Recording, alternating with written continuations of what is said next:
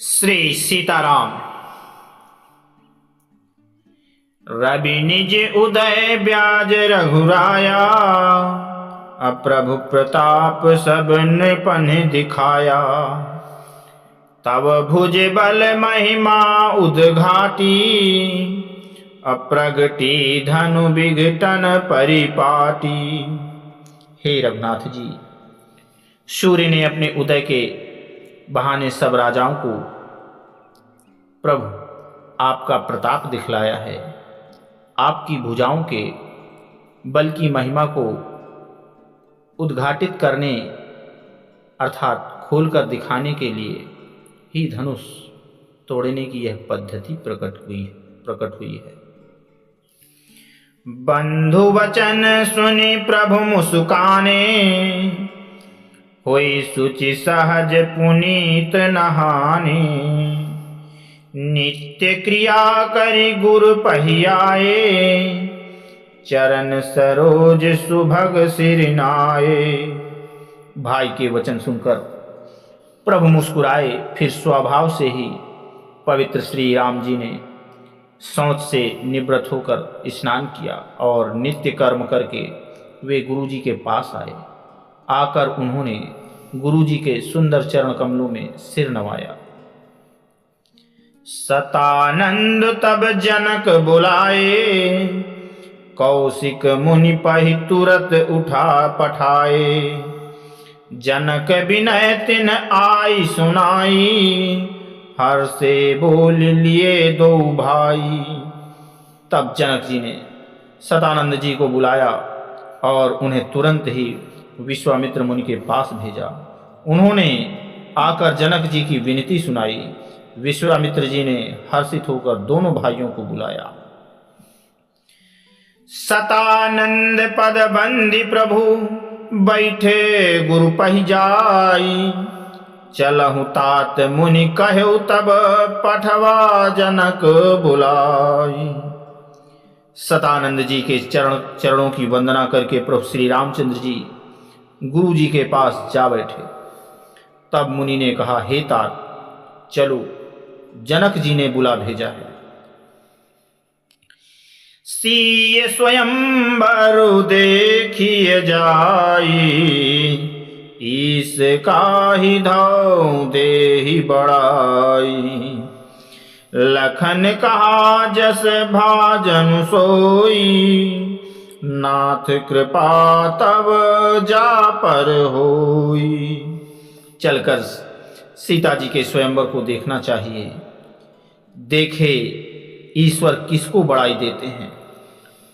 लक्ष्मण जी ने कहा, हे नाथ, जिस प्रकार आपकी कृपा होगी वही बड़ाई का पात्र होगा। लक्ष्मण जी ने क्या कहा? जिस पर आपकी कृपा होगी वही बड़ाई का पात्र होगा। धनुष तोड़ने का श्रेय उसी को प्राप्त होगा। हर से मुनि सब सुनि बरबानी, दीन्हि आशीष सबहि सुख मानी। मुनि वृंद समेत कृपाला, देखन चले धनुष मखशाला। इस श्रेष्ठ वाणी को सुनकर सब मुनि प्रसन्न हुए। सभी ने सुख मानकर आशीर्वाद दिया। फिर मुनियों के समूह सहित कृपालु श्री रामचंद्र जी यज्ञशाला देखने चले। रंग भूमि आए दो भाई, असी सुधि सब पुरबासिन पाई। चले सकल ग्रह काज बिसारी, बाल जुबान जरठ नर नारी। दोनों भाई रंगभूमि में आए। ऐसी खबर जब सब नगर निवासियों ने पाई, तब बालक, जवान, बूढ़े, स्त्री, पुरुष सभी घर और काम का छोड़कर भुला दिया। सब कुछ भुलाकर वहां देखी जनक भीर भई भारी।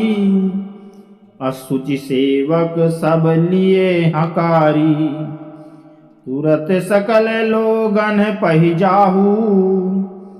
आसन उचित देहु सब काहू। जब जनक जी ने देखा कि बड़ी भीड़ हो गई है, तब उन्होंने सब विश्वास पात्र सेवकों को बुलवाया और कहा, तुम लोग तुरंत सब लोगों के पास जाओ और सब किसी को यथा योग्य आसन दो। कही मृदु बचन पुनीत तिन्ह बैठारे नर नारी। उत्तम मध्यम नीच लघु निज निज थल अनुहारी। उन सेवकों ने कोमल और विनम्र वचन कहकर उत्तम मध्यम नीच और लघु सभी श्रेणी के स्त्री पुरुषों को अपने अपने योग्य स्थान पर बैठाया। राजकुमार तेहि अवसर पाए, मनहु मनोहरता तन छाए। गुण सागर नागर बरबीरा, सुंदर श्यामल गौर शरीरा। उसी समय राजकुमार राम और लक्ष्मण वहां आए। वे ऐसे सुंदर हैं मानो साक्षात मनोहरता की उनके शरीर पर छा रही है। सुंदर सांवला और गोरा उनका बदन। वे गुणों के समुद्र, चतुर और उत्तम वीर हैं। राम का राम समाज विराजत रूरे। उडगन महु जनु जुग विधु पूरे। जिनके रही भावना जैसी, प्रभु मूरति देखी तिन तैसी। वे राजाओं के समाज में ऐसे सुशोभित हो रहे हैं मानो तारागणों के बीच दो पूर्ण चंद्रमा हो।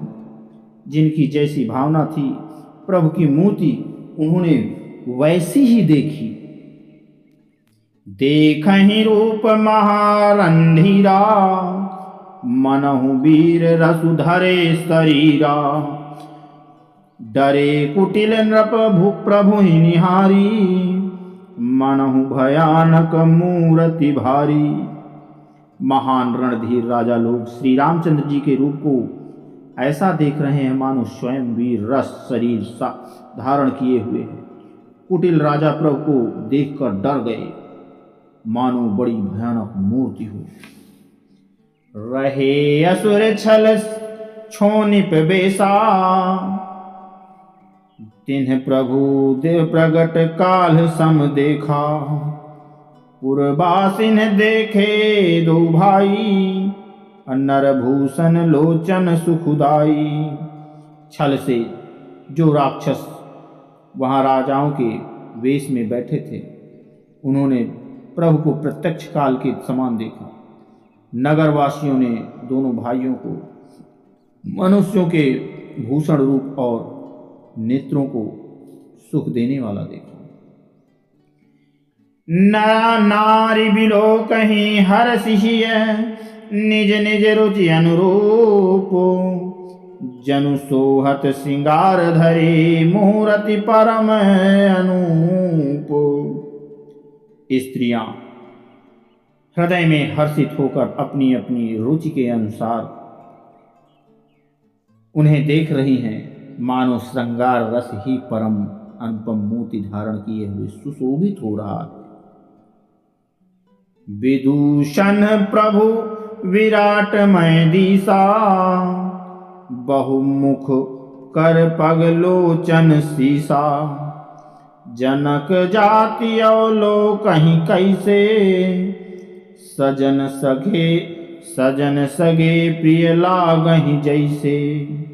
विद्वानों को प्रभु विराट रूप में दिखाई दिए, जिसके बहुत से मुख, हाथ, पैर, नेत्र और सिर हैं।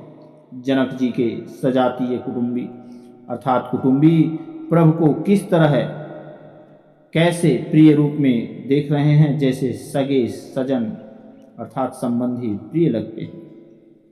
सहित विदेह बिलो कहीं रानी, शिशु सम प्रीति न जाति बखानी।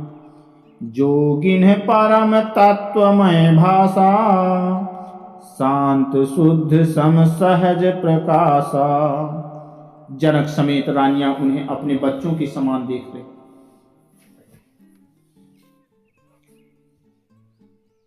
उनकी प्रीति का वर्णन नहीं किया जा सकता। योगियों को वे शांत, शुद्ध, सम और स्वतः प्रकाश परम तत्व के रूप में दिखे। हरि भगतन देखे दो भ्राता, इष्ट देव इव सब सुखदाता। राम ही चितव भाई जही सिया, सो सनेहु सुख नहीं कथनिया। हरि भक्तों ने दोनों भाइयों को सब सुख देने वाले इष्ट देव के समान देखा। सीता जी जिस भाव से श्री रामचंद्र जी को देख रही हैं, वो स्नेह और सुख को कहने में ही नहीं आता। पूरे अनुभवती न कही सक सो, कवन प्रकार कहे कवि को। एहि विधि रहा जाहि जस भाऊ, अतेहि तस देखो कौशल राऊ। स्नेह और सुख का वे हृदय में अनुभव कर रही हैं, पर वे भी उसे कह नहीं सकती। कौन नहीं कह सकती? माता सीता जी।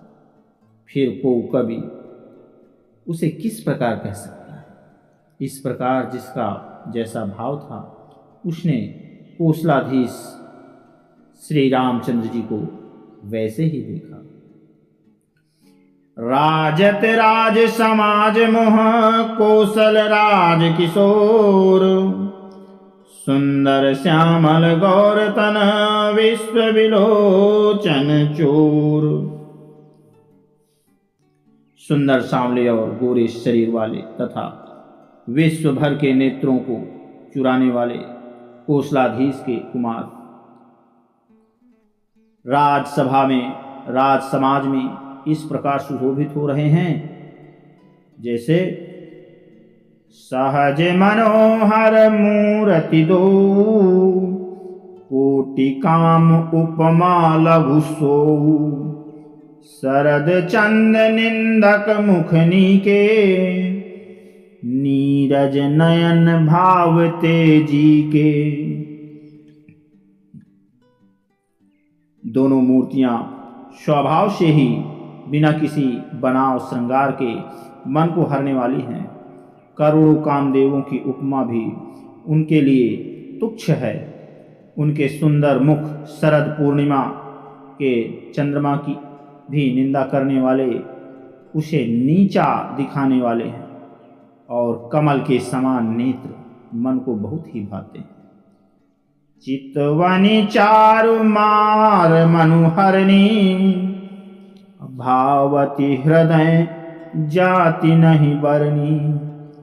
कल कपोल श्रुति कुंडल लोला, चिबुक अधर सुंदर मृदु बोला। सुंदर चितवन सारे संसार के मन को हरने वाले, कामदेव के भी मन को हरने वाले हैं।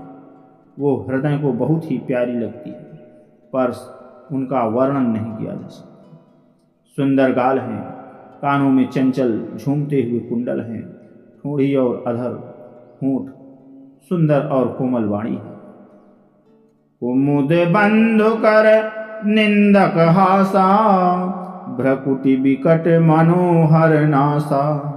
भाल विशाल तिलक झलकाही, कच बिलो की अली अवलिस लजाही। हंसी चंद्रमा की किरणों की तरह, चंद्रमा की किरणों का तिरस्कार करने वाली है।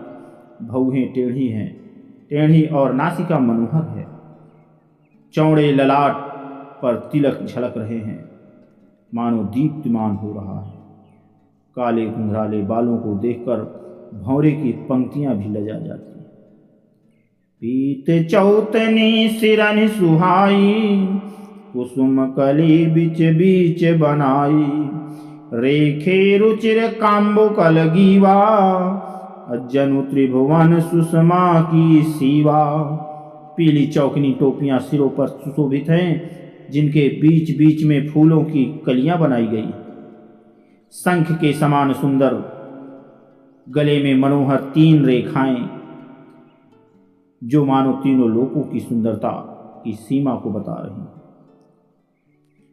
कुंजर मणिकंठा कलित उरिन तुलसी का माल, वृषभ कंध के हरे ठवन बल निधि बाहु विशाल।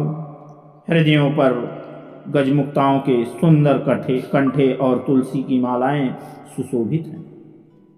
उनके कंधे बैलों के कंधों की तरह ऊंचे तथा पुष्ट हैं।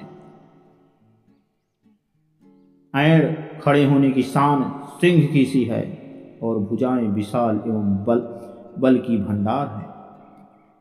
वो काटी तुनीर पीत पट बांधे, कर सर धनुष बाम बरधा कांधे। पीत यज्ञ उपबीत सुहाए, नख सिख मंजु महा छवि छाए। कमर में तरकस और पीतांबर बांधे हैं, दाहिने हाथ में बाण और बाएं सुंदर कंधे पर धनुष तथा पीले यज्ञोपवीत सुशोभित हैं। नख से लेकर शिखा तक सब अंग सुंदर हैं, उन पर महान शोभा छाई हुई है। देखी लोग सब भय सुखारे, एकटक लोचन चलत न तारे। हर से जनक देखी दो भाई, मुनि पद कमल गहे तब जाई। उन्हें देखकर सब लोग सुखी हुए, नेत्र एकटक निमेष शून्य है और तारे पुतलियां भी नहीं चलती। जनक जी दोनों भाइयों को देखकर हर्षित हुए। तब उन्होंने जाकर मुनि के चरण कमल पकड़ लिए। करी विनती निज कथा सुनाई, रंग अवनी सब मुनि ही दिखाई। जह जह जाहि कुंवर बर दो, तह तह चकित चितौ सब को। विनती करके अपनी कथा सुनाई और मुनि को सारी रंगभूमि यज्ञशाला दिखलाई। मुनि के साथ दोनों श्रेष्ठ राजकुमार जहां जहां जाते वहां वहां सब कोई आश्चर्यचकित को देखने लगते हैं। निज निज रुख राम ही सबु देखा, को न जान कछु मरम विसेखा। भली रचना मुनि नृप सन कहेऊ, राजा मुदित महासुख लहेऊ। सबने राम जी को अपनी अपनी ओर ही मुंह किए देखा, परंतु इसका कुछ भी विशेष रहस्य कोई नहीं जान सका। मुनि ने राजा से कहा, रंगभूमि की रचना बड़ी सुंदर है। विश्वामित्र जैसे निसंदेह विरक्त और ज्ञानी मुनि से रचना की प्रशंसा सुनकर राजा प्रसन्न हुए और उन्हें बड़ा सुख मिला। शब मंचन ते मंचु एक सुंदर विशद विशाल, मुनि समेत दो बंधुतः बैठारे महीपाल। सब मंचों से एक मंच अधिक सुंदर उज्जवल विशाल था। स्वयं राजा ने मुनि सहित दोनों भाइयों को उस पर बैठा। प्रभु ही देखी सब नृप ही हारे, जनु राकेश उदय भय तारे। अति प्रतीत सबके मन माही, राम जाप तो रब सक नाही। प्रभु को देखकर सब राजा हृदय में ऐसे हार गए, निराश एवं उदासीन हो गए, जैसे पूर्ण चंद्रमा के उदय होने पर तारे प्रकाशहीन हो जाते हैं। ठीक उसी प्रकार उनके तेज को देखकर सबके मन में ऐसा विश्वास हो गया कि रामचंद्र जी ही धनुष को तोड़ेंगे, इसमें कोई संदेह नहीं। बिनु भजे हो भव धनुष विशाला, मिले सीय राम उर माला। अस विचार गवनहु घर भाई, जसु प्रताप बलु तेजु गवाई। इधर उनके रूप को देखकर सबके मन में यह निश्चय हो गया कि शिव जी के विशाल धनुष को जो संभव है ना टूट सके, बिना तोड़े भी सीता जी रामचंद्र जी के ही गले में जयमाल डालेंगी। अर्थात दोनों तरह से ही हमारी हार होगी और विजय प्रभु श्री रामचंद्र जी के हाथ रहेगी। यो सोचकर वे कहने लगे, हे भाई, ऐसा विचार कर यश, प्रताप, बल और तेज गंवाकर अपने अपने घर चलो।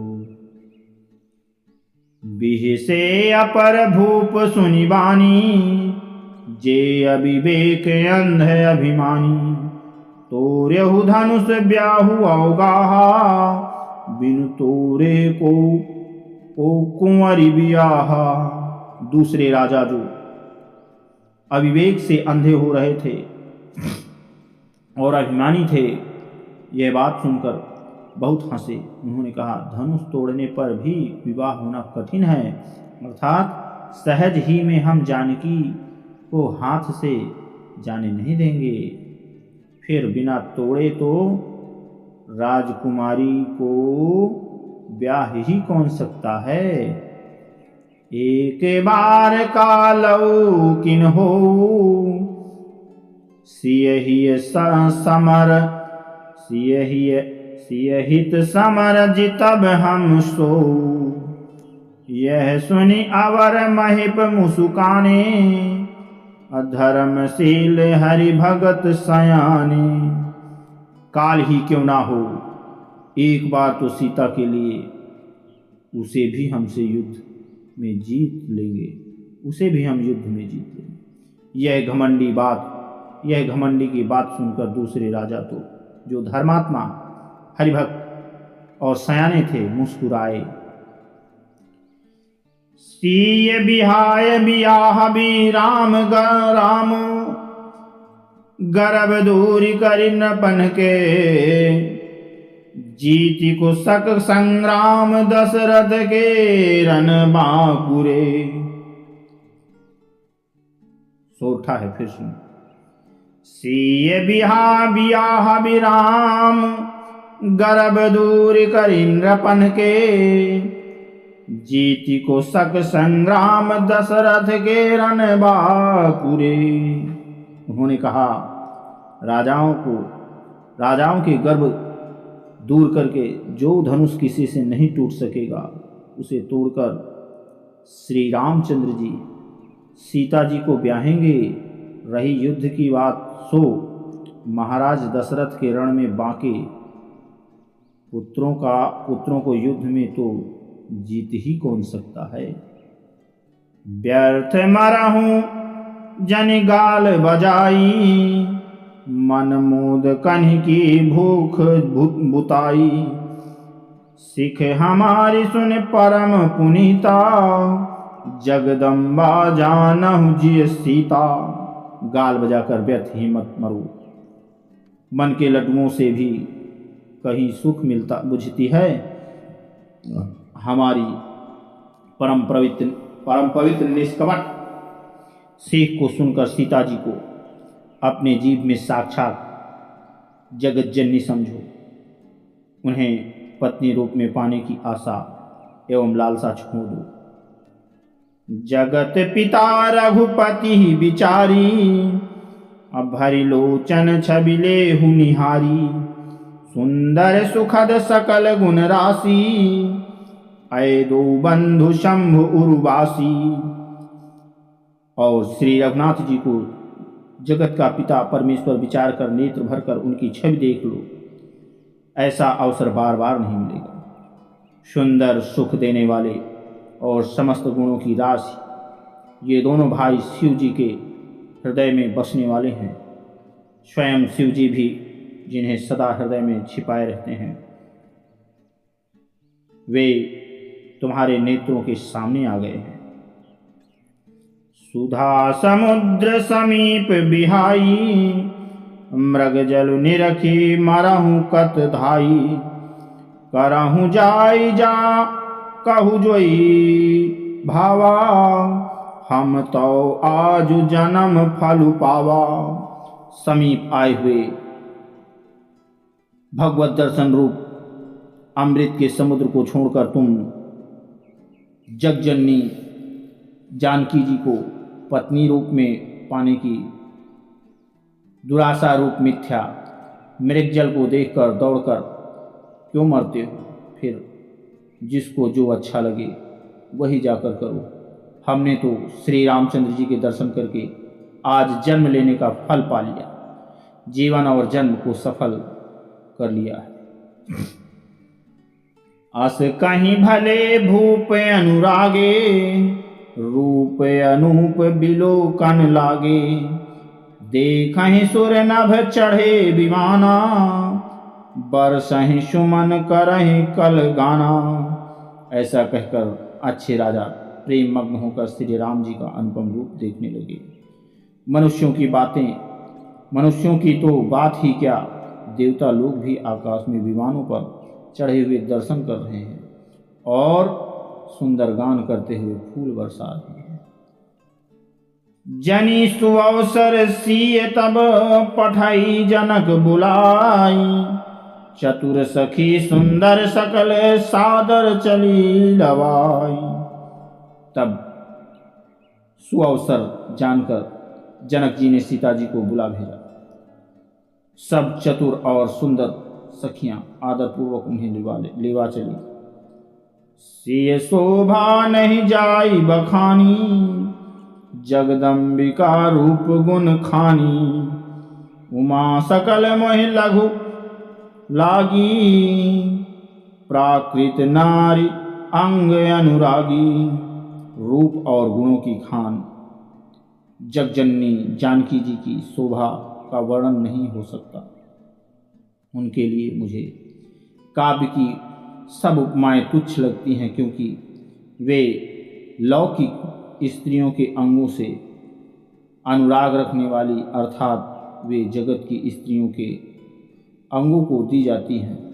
काव्य की उपमाएं सब त्रिगुणात्मक माइक जगत से ली गई हैं। उन्हें भगवान की स्वरूपा शक्ति श्री जानकी जी के अपराकृत चिन्मय अंगों के लिए प्रयुक्त करना उनका अपमान करना है और अनेकों अपने को उपहासास्पद बनाना है।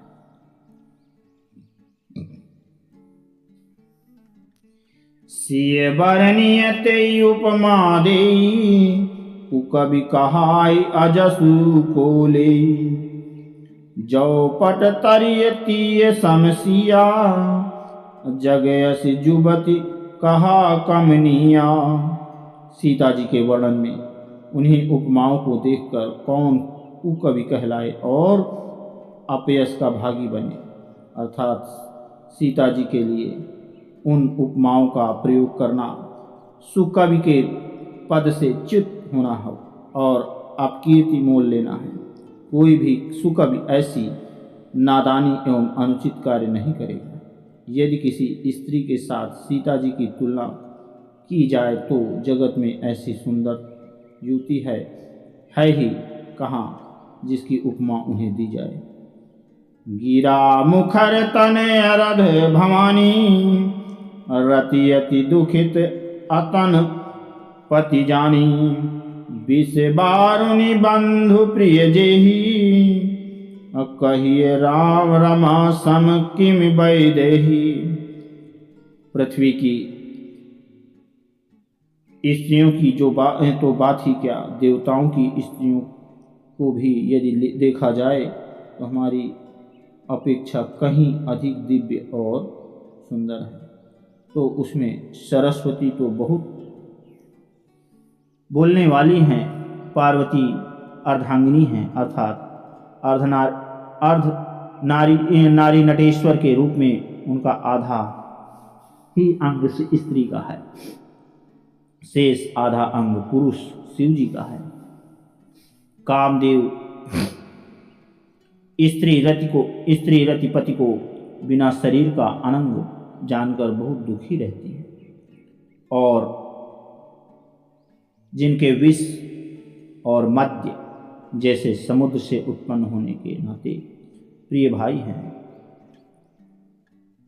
उन लक्ष्मी जी के समान तो जानकी जी को कहा ही कैसे जाए।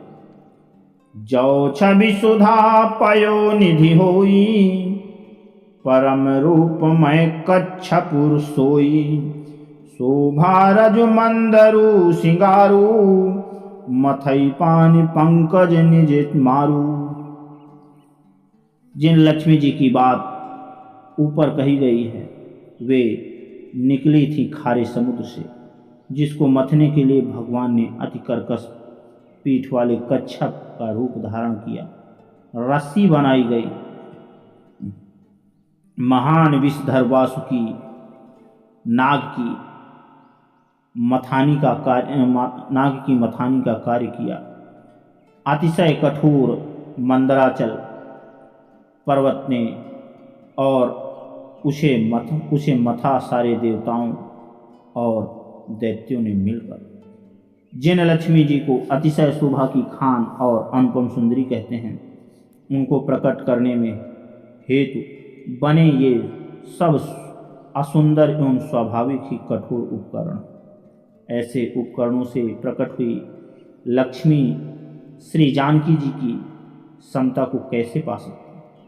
हाँ, इसके विपरीत यदि छवि रूपी अमृत का समुद्र हो, परम रूपमय कच्छप हो, शोभा रूप रस्सी हो, श्रृंगार रूप पर्वत हो, उस छवि के समुद्र को स्वयं कामदेव अपने ही कर कमलों से मुथे।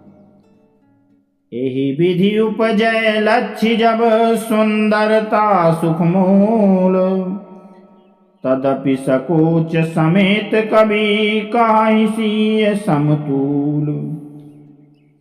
इस प्रकार जब सुंदरता और सुख की मूल लक्ष्मी उत्पन्न हो तो भी कवि लोग उसे संकोच के साथ सीता जी के समान कहेंगे।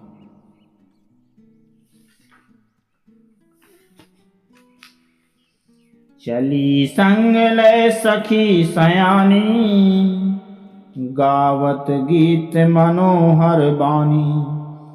सोह नवल तनु सुंदर सारी, जग जननी अतुलित छवि भारी।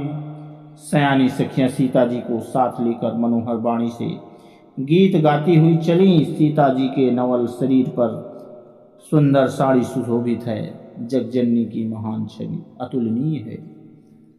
भूषण सकल सुदेश सुहाए, अंग अंग रचि सखिन बनाए। रंग भूमि जब सिय पगुधारी, देखी रूप मोहे नर नारी। सब आभूषण अपनी अपनी जगह पर सुशोभित हैं, जिन्हें सखियों ने अंग अंग में भली भांति सजाकर पहनाया। जब सीता जी ने रंगभूमि में पैर रखा तब उनका दिव्य रूप देखकर स्त्री पुरुष सभी मोहित हो गए। हरसि सुरन दुंदुभि बजाई, बरसि प्रसून अक्षरा गाई। पानी सरोज सोह जयमाला, औचट चितय सकल भुआला। देवताओं ने हर्षित होकर नगाड़े बजाए और पुष्प बरसा कर अप्सराएं गाने लगी। सीता जी के कर कमलों में जयमाला सुशोभित है। सब राजा चकित होकर अचानक उनकी ओर देखने लगे। सीय चकित चित राम ही चाहा, भय मोह बस सब नर नाहा। मुनि समीप देखे दो भाई, लगे ललकी लोचन निधि पाई। सीता जी चकित चित्त से श्री राम जी को देखने लगी। तब सब राजा लोग मोह के वश हो गए। सीता जी ने मुनि के पास दोनों भाइयों को देखा तो उनके नेत्र अपना खजाना पाकर ललचा कर वहीं श्री राम जी में जा लगे, स्थिर हो गए। गुरुजन लाज समाज बड़, देखी सीय सकुचानी। लागी बिलोकन सखिन तब तन, रघुबीर ही उरयानी। परंतु गुरुजनों की लाज से तथा बहुत बड़े समाज को देखकर सीता जी सकुचा गई। वे श्री रामचंद्र जी को हृदय में लाकर सखियों की ओर देखने लगे। राम रूप अरु सिय छवि देखे, नर नारी परि हरि निमेषे, सोचहि सकल कहत सकुचाही, विधिसन विनय करहि मन माही। श्री रामचंद्र जी और सीता जी की छवि देखकर स्त्री पुरुषों ने पलक मारना छोड़ दिया, एकटक उन्हें देखने लगे। सभी अपने मन में सोचते हैं पर कहते सकुचाते हैं, मन ही मन वे विधाता से विनय करते हैं। हरु विधि बेगी जनक जड़ताई, मति हमारे असि देहि सुहाई। बिनु विचार पनु तजि नर नाहु, सिय राम कर करे बियाहू। हे विधाता, जनक की मोहता को शीघ्र हर लीजिए और हमारी ही ऐसी सुंदर बुद्धि उन्हें दीजिए कि जिससे बिना ही विचार किए राजा अपना प्रण छूकर सीता का विवाह राम जी से करे। जगु भल कहाहि भाव सब काहू, हठ कीन्हे अंतहु उरदाहू। एहि लाल सा मगन सब लोगू, बरु सांवरो जानकी जोगू।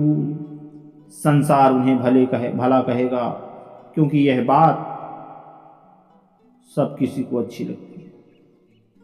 हठ करने से अंत में भी हृदय जालेगा। सब लोग इसी लालसा में मग्न हो रहे हैं कि जानकी जी के योग्य वर तो यह सांवला ही है। तब बंदी जन जनक बुलाए, बिरदावली कहत चली आए। कह नृप जाई कहाऊ मन मोरा, चले भाट ही हरस न थोरा। तब राजा जनक ने बंदीजनों भाटों को बुलाया। वे बिरदावली वंश की कीर्ति गाते हुए चले आए। राजा ने कहा, जाकर मेरा प्रण सबसे कहो, भाट चले। उनके हृदय में कम आनंद ना था।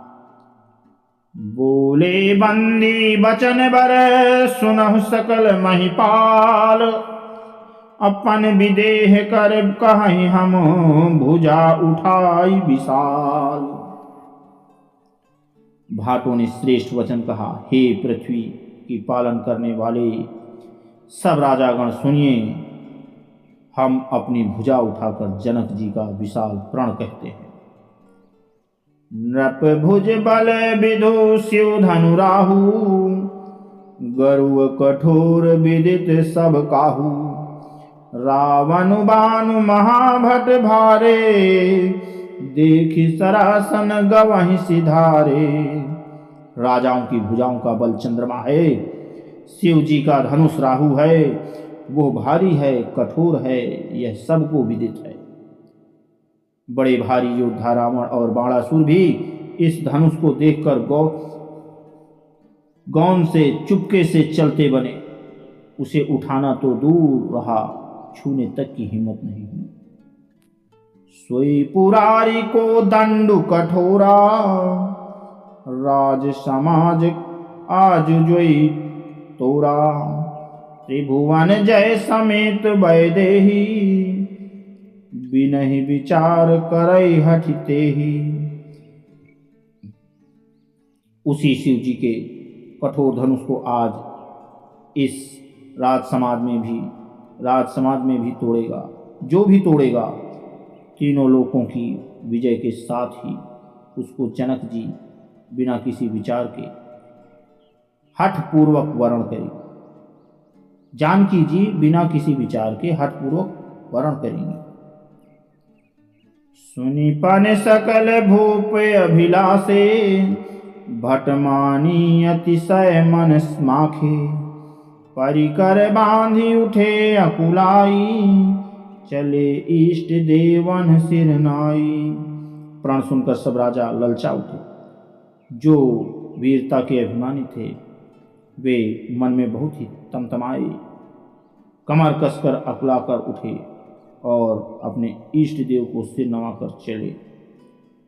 तमकिता की तकी शिव धनु धरही, उठई न कोटि भांति बलु करही। जिनके कछु विचार मन माही, चाप समीप महीप न जाही। वे तमक कर बड़े ताव से शिव जी के धनुष की ओर देखते हैं और फिर निगाह जमाकर उसे पकड़ते हैं। करोड़ों भांति से जोर लगाते हैं, पर वह उठता ही नहीं। जिन राजाओं के मन में कुछ विवेक है, वे धनुष के पास ही नहीं जाते। तमकी धरहि धनु मूढ़ नृप, उठई न चलहि लजाई। मनहु पाई भट महाबलु, अधिक अधिक गरुआई। वे मूर्ख राजा तमक कर किटकिटाकर धनुष को पकड़ते हैं, परंतु जब नहीं उठता तो लजा कर चले जाते। मानो वीरों की भुजाओं का बल पाकर वो धनुष अधिक अधिक भारी होता जाता है। भूप सहस 10 एक ही बारा, लगे उठावन टरई न टारा। डगई न शंभु सरासनु कैसे, कामी बचन सती मनु जैसे। तब 10,000 राजा एक ही बार धनुष उठाने लगे,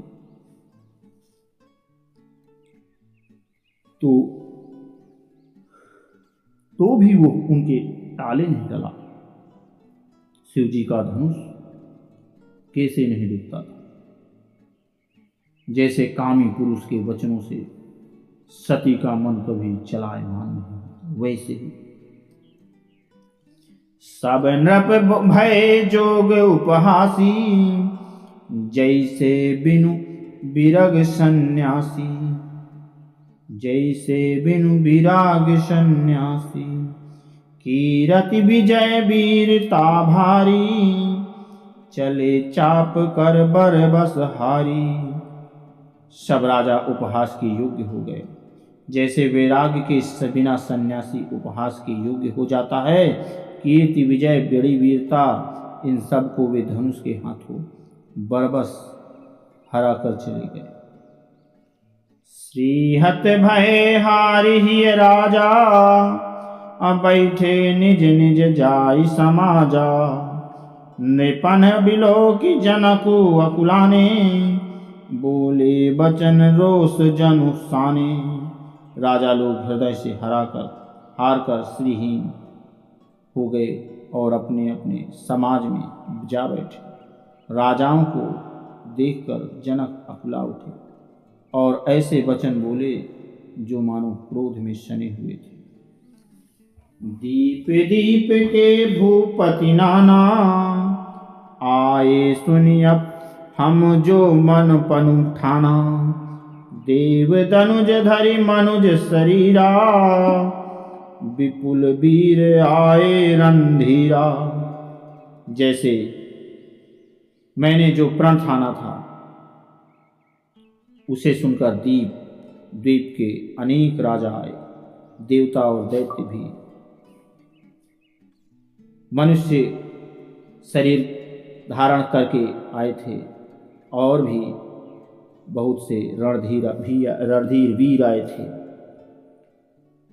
कुंवरी मनोहर विजय बड़ी, कीरत अति कमनीय। पावनिहार विरंच जनु, रचो न धनु दमनीय। परंतु धनुष को तोड़कर मनोहर कन्या, बड़ी विजय और अत्यंत सुंदर कीर्ति को पाने वाला मानो ब्रह्मा ने किसी को रचा ही नहीं। कहूँ काहि यह लाभ न भावा, काहू न शंकर चाप चढ़ावा। राहु चढ़ाऊ तोरब भाई, तिलु भरी भूम न सके छड़ाई। कहिए यह लाभ किसको अच्छा नहीं लगता।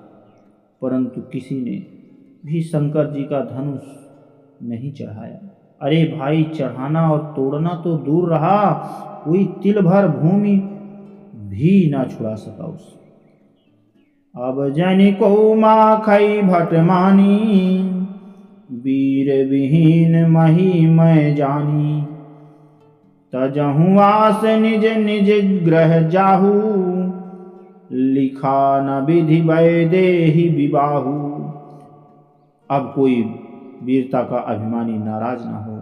मैंने जान लिया पृथ्वी वीरों से खाली हो गई है। अब आशा छोड़कर अपने अपने घर जाओ। ब्रह्मा ने सीता का विवाह लिखा ही नहीं।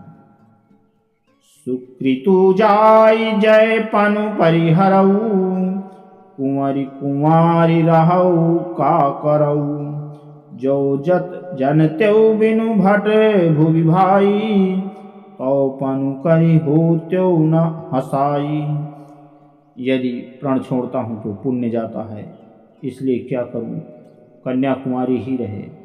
यदि मैं जानता कि पृथ्वी वीरों से शून्य है तो प्रण करके उसका उपहास का पात्र ना बनता। जनक बचन शुभ सुनि सब नर नारी, देखी जान की भय दुखारी। माखे लखन कुटिल भई भऊ हैं, रदपट फरकत नयन श्री सऊ हैं। जनक के वचन सुनकर सभी स्त्री पुरुष जानकी जी की ओर देखकर दुखी हुए, परंतु लक्ष्मण जी तमतमा उठे। उनकी भौहें टेढ़ी हो गईं, होंठ फड़कने लगे और नेत्र क्रोध से लाल हो गए। कही न सकत रघुवीर डर, लगे बचन जनुबान। नाई राम पद कमल सिरो, बोले गिरा प्रमाण।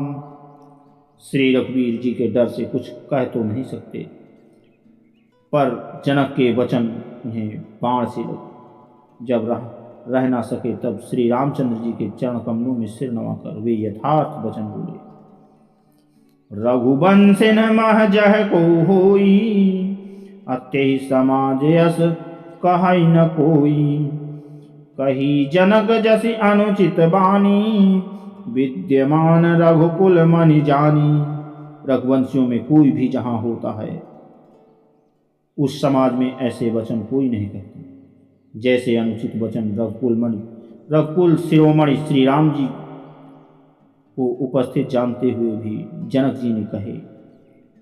सुनहु भानुकुल पंकज भानु, कहु सुभाव न कछु अभिमानु। जो तुम्हारी अनुशासन पावऊं, कंदुक इव ब्रह्मांड उठावऊं। हे सूर्य कुल रूपी कमल के सूर्य, सुनिए, मैं स्वभाव से ही कहता हूँ, कुछ अभिमान करके नहीं। यदि आपकी आज्ञा पाऊँ तो मैं ब्रह्मांड को गोद में गेंद की तरह उठा लूं। कांचे घट जिम डारऊ फेरी, सकऊ मेरु मूलक जिम तेरी। तौ प्रताप महिमा भगवाना, ओ बापुरी पिनाक पुराना। और उसे कच्चे घड़े की तरह फोड़ा। मैं सुमेर पर्वत को मूली की तरह तोड़ सकता हूँ। हे भगवान, आपके प्रताप की महिमा से यह बेचारा पुराना धनुष तो कौन चीज है। नाथ जानियस आयस हो, कौतुक करऊं बिलो कियो सो। कमल नाल जिम चाप चढ़ावऊं, जो जन सत प्रमाण लई धावऊं। ऐसा जानकर हे नाथ, आज्ञा हो तो कुछ खेल करूं। उसे भी देखिए, धनुष को कमल की डंडी की तरह चढ़ाकर उसे 100 योजन तक दौड़ा लिए चला जाऊं। तोरऊं छत्रक दंड जिमी, तव प्रताप बलनाथ। जो न करो प्रभु पद शपथ, कर न धरऊं धनु भाथ। हे नाथ, आपके प्रताप के बल से धनुष को कुकुर मुत्ते की तरह तोड़ दूं। यदि ऐसा न करूं तो प्रभु के चरणों की शपथ, फिर मैं धनुष और तरकस को कभी हाथ में न लूंगा। लखन सकोप बचन जे बोले, डगमगानी महि दिग्गज डोले। सकल लोग सब भूप डराने, सियहि हरसु जनक सकुचाने। ज्यों ही लक्ष्मण जी क्रोध भरे वचन बोले कि विश्व पृथ्वी डगमगा उठी, दिशाओं के हाथ कांप गए, सभी लोग और सब राजा डर गए। सीता जी के हृदय में हर्ष हुआ और जनक जी सकुचा गए। गुरु रघुपति सब मुनि मन माही, मुदित भय पुनि पुनि पुल काही। शयनहि रघुपति लखन निवारे, प्रेम समेत निकट बैठारे। गुरु विश्वामित्र जी, श्री रघुनाथ जी और सब मुनि मन में प्रसन्न हुए और बार बार पुलकित होने लगे। श्री रामचंद्र जी ने इशारे से लक्ष्मण जी को मना किया और प्रेम सहित अपने पास बैठा लिया। विश्वामित्र समय शुभ जानी, बोले अति स्नेह मैं बानी। उठाहूँ राम भंजहूँ भव चापा, मेटहूँ तात जनक परितापा। विश्वामित्र जी शुभ समय जानकर अत्यंत प्रिय वाणी से बोले, हे राम उठो, शिव जी का धनुष तोड़ो और हे तात जनक का संताप मिटाओ। सुनि गुर बचन चरण सिरुनावा, हरस विषादु न कछु उर आवा। ठाढ़े भय उठी सहज सुभाए, ठवनि जुबा मृगराजु लजाए। गुरु के वचन पाकर श्री राम जी ने चरण में सिर नवाया। उनके मन में न हर्ष हुआ न विषाद, और वे अपनी एड़ खड़े होने की स्थान से जवान सिंह को भी लजाते हुए सहज स्वभाव से उठ खड़े हुए। उदित उदय गिरि मंच पर, रघुबर बाल पतंग। अविकसे संत सरोज सब, हर्षे लोचन भृंग। मंच रूपी उदयाचल रघुनाथ जी रूपी बाल सूर्य के उदय होते ही सब संत रूपी कमल खिल उठे और नेत्र रूपी भाव हर्षित हो गए। नृपन के रियासा निसनासी, बचत नखत अवली न प्रकाशी। मानी महिप कुमुद सकुचाने, कपटी भूप उलोक लुकाने। राजाओं की आशा रूपी रात्रि नष्ट हो गई और उनके वचन रूपी तारों के समूह का चमकना बंद हो गया, वे मौन हो गए। अभिमानी राजा रूपी कुमुद संकुचित हो गए और कपटी राजा रूपी उल्लू छिप गए। भय विशोक कोक मुनि देवा, अबर सही सुमन जान जना वही सेवा। गुरुपद बंदी सहित अनुरागा, राम मुनिन सन आय सुमागा। मुनि और देवता रूपी चकवे शोक रहित हो गए, वे फूल बरसाकर अपनी सेवा प्रकट कर रहे हैं। प्रेम सहित गुरु के चरणों की वंदना करके प्रभु श्री रामचंद्र जी ने मुनियों से आज्ञा मांगी। सहज ही चले सकल जग स्वामी, मत मंजु बर कुंजर गामी। चलत राम सब गुर नर नारी, पुलक पूरी तन भय सुखारी। समस्त जगत के स्वामी श्री रामचंद्र जी सुंदर मत वाले श्रेष्ठ हाथी की सी चाल से स्वाभाविक ही चले। श्री रामचंद्र जी के चलते ही नगर भर के सब स्त्री पुरुष सुखी हो गए और उनके शरीर में रोमांच से भर गए। बंदी पितर सुर सुकृत संहारे, जो कछु न प्रभाव हमारे। तौ शिव धनु मृणाल किनाई, तो रहु राम गणेश गोसाई। उन्होंने पितर और देवताओं की वंदना करके अपने पुण्य का स्मरण किया यदि हमारे पुण्यों का कुछ भी प्रभाव हो तो हे गणेश गोसाई, श्री रामचंद्र जी शिव जी के धनुष कमल की डंडी की भांति तोड़ डाले। राम ही प्रेम समेत लखी सखिन समीप बुलाई, सीता मातु स्नेह बस बचन कहई बिल खाई। श्री रामचंद्र जी को वात्सल्य प्रेम के साथ देखकर सखियों को समीप बुलाकर सीता जी की माता स्नेह बस बिलख कर विलाप करती हुई सी ये वचन बोली, सखी सब कौतुक देखी निहारे, ज्यों कहावत हितु होत हमारे, ज्यों कहावत हितु हमारे, को न बुझाई कहाई गुरी पाही, आए बालक असि हठ बलि नाही। हे सखी, ये जो राजा, ये जो हमारे हित कहलाते हैं, हितु कहलाते हैं, वे भी सब तमाशा देखने वाले हैं। कोई भी इनके गुरु विश्वामित्र जी को समझा कर नहीं कहता कि ये राम जी बालक हैं, इनके लिए ऐसा हठ अच्छा नहीं है। जो धनुष रावण और बाणासुर जैसे दिग्विजयों ने के वीरों के हिलाए ना हिला सका, उसे तोड़ने के लिए मुनि विश्वामित्र जी राम जी को आज्ञा देना और राम जी का उसे तोड़ने के लिए चल देना रानी को हठ जान पड़ा। इसलिए वे कहने लगी कि गुरु विश्वामित्र जी को कोई समझाता भी नहीं। रावण बाण छुआ नहीं चापा, हारे सकल भूप करिता दापा, सो धनुराज कुमार कर देही, बाल मराल की मंदर लेही। रावण और बाणासुर ने जिस धनुष को छुआ तक नहीं और सब राजा घमंड करके हार गए, वही धनुष सुकुमार राजकुमार के हाथ में दे रहे हैं। हंस के बच्चे भी कहीं मंदराचल पहाड़ उठा ले सकते हैं।